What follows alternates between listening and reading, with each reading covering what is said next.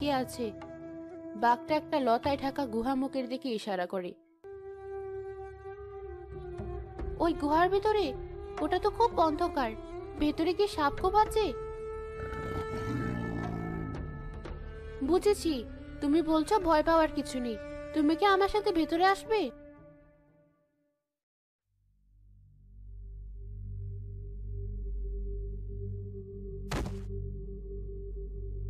ঠিক আছে, তুমি বাইরে থাকো, আমি একাই যাচ্ছি। আমার উপর বিশ্বাস রাখার জন্য ধন্যবাদ। নীলা একটা শুকনো ডাল জ্বালিয়ে মশাল বানিয়ে সাবধানে গুহার ভেতরে প্রবেশ করে। কি আশ্চর্য! ভেতরটা কি বিশাল! মনে হচ্ছে কেউ যেন পাহাড় খোদাই করে এই ঘর বানিয়েছে। আর এই দেয়ালের গায়ে কত ছবি! এই ছবিগুলোতে তো কোনো রাজা বাদশার লড়াই গল্প নেই। এখানে তো শুধু মানুষ আর প্রকৃতি। কেউ গাছ লাগাচ্ছে, কেউ নদীতে মাছ ধরছে, পাখিরা মানুষের কাঁধে এসে বসছে। সবাই কত শান্তিতে আছে, কোনো লোভ নেই, কোনো হিংসা নেই। নীলা আরো ভেতরে এগোতে থাকে এবং একটা বিশাল কক্ষে পৌঁছায়। ছাদের একটা বড় ফোকর দিয়ে সূর্যের আলো এসে ঠিক মাঝখানে পড়েছে। কি সুন্দর, কি শান্ত একটা জায়গা।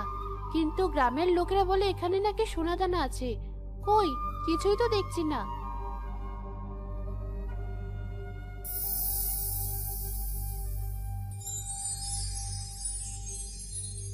এ কি? এটা কি? এ তো কোনো সাধারণ গাছের শিকড় নয়। এর থেকে আলো বেরোচ্ছে, কি স্নিগ্ধ আলো!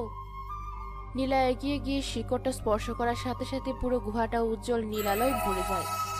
নীলার চোখ বন্ধ হয়ে আসে।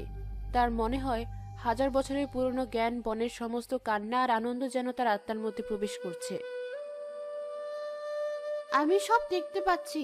শত শত বছর আগে সেই রাজবংশ, তারা সোনাদানার জন্য ধনী ছিল না।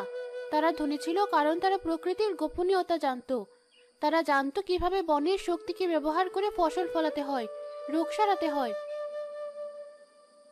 তাহলে ধনরত্ন মানে সোনাদানা নয়, আসল ধনরত্ন হলো এই শক্তি, বনের প্রাণ শক্তি। শেষ রাজা চেয়েছিলেন এই শক্তি যেন কোনো লোভী মানুষের হাতে না পড়ে, তাই তিনি এই গুহায় একে লুকিয়ে রেখেছিলেন। আর সাদা বাঘ কোনো আত্মা নয়, সে এই শক্তির রক্ষক। 100 বছরে একবার সে আসে এটা দেখতে যে বন ঠিক আছে কিনা, আর এমন একজনকে খুঁজে বের করে যার মন পবিত্র, যে এই রহস্যের যোগ্য উত্তরসূরি হতে পারবে। তার মানে সে আমাকেই বেছে নিয়েছে। হঠাৎ গুহার বাইরে থেকে মানুষের চিৎকারের আওয়াজ আসে। ওই তো গুহা। আমি বলেছিলাম না মেয়েটা এখানেই আসবে। কিন্তু ফরিদ ভাই, বাঘটা যে বাইরে বসে আছে। আরে ভয় কিসের? মশাল গুলো জ্বালা, এখন দেখলেও পালাবে। ফরিদ, ওরা